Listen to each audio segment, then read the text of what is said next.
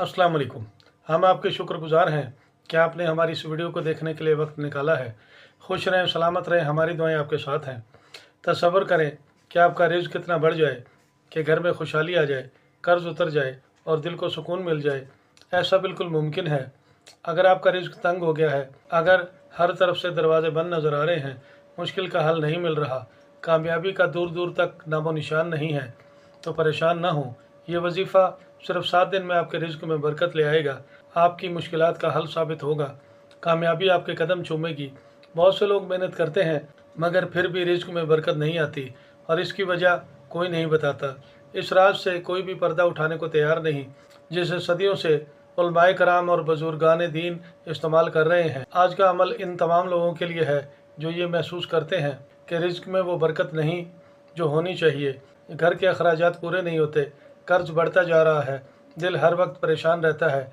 अगर आप भी इन्हीं हालात से गुजर रहे हैं तो आज की ये वीडियो ख़ास आपके लिए ही है।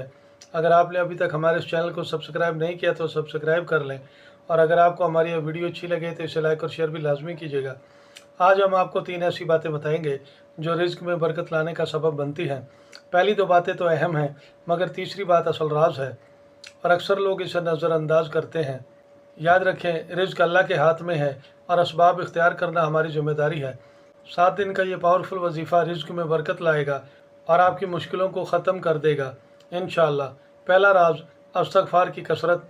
आप रोज़ाना सुबह शाम कम अज़ कम 100 मरतबा अस्तग़फ़िरुल्लाह पढ़ें, ज़बान से, दिल से, नदामत के साथ। ये कोई मुश्किल नहीं, लेकिन इसका असर चंद ही दिनों में महसूस होने लगेगा। दूसरा राज सदका मामूल बना लें।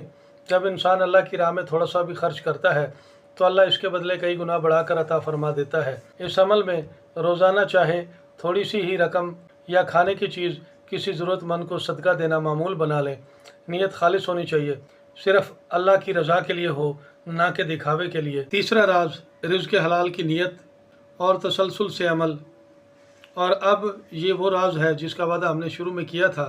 ये तीसरा अमल दरअसल पहले दोनों को मुकम्मल करता है, इस वजह से सबसे ज़्यादा अहम है। रिज़्क़ में बरकत सिर्फ पढ़ने से नहीं आती, बल्कि तसलसल और नीयत की पाकीज़गी से आती है।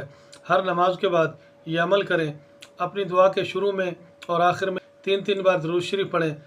दुरूद शरीफ को दुआ के आगे पीछे पढ़ने की हिकमत ये है कि दुरूद दुआ की कबूलियत का ज़रिया बनता है। ये अमल कम से कम 7 दिन तक मुसलसल करें, एक दिन भी नागा ना करें। इंशाअल्लाह 7 दिन के अंदर ही आपको रिज़्क़ में फ़र्क महसूस होना शुरू हो जाएगा। आपकी मुश्किलें हल होने लगेंगी, आपके पास रिज़्क़ नए नए ज़रियों से आएगा, आपके दिल को सुकून मिलेगा। अब आते हैं वजीफ़े की तरफ जिसका आपको इंतज़ार है। अमल शुरू करने से पहले किसी खाने पीने की चीज़ का अपनी हैसियत के मुताबिक सदका दें और जुमेरात की सुबह फजर की नमाज़ अदा करके अपनी जगह बैठे रहें। अव्वल आखिर एक एक तस्बीह दुरूद शरीफ और 308 बार अल्लाह पाक का ये मुबारक नाम या रज़ा को पढ़ना शुरू कर दें। अमल को रिज़्क़ में बरकत और मुश्किल के हल हो जाने की नीयत से पढ़ें। आपने हर नमाज के बाद ये अमल पढ़ना है और रोज़ाना की बुनियाद पर 7 दिन तक पढ़ना है। ये अमल है तो मुख्तसर मगर इतना ताकतवर है कि आप इसके मुजरब होने की खुद गवाही देंगे। आइंदा फिर किसी नई वीडियो के साथ दोबारा हाजिर होंगे। आपसे फिर मुलाकात होगी। अपना ख्याल रखिएगा। तब तक के लिए फ़ी अमानिल्लाह।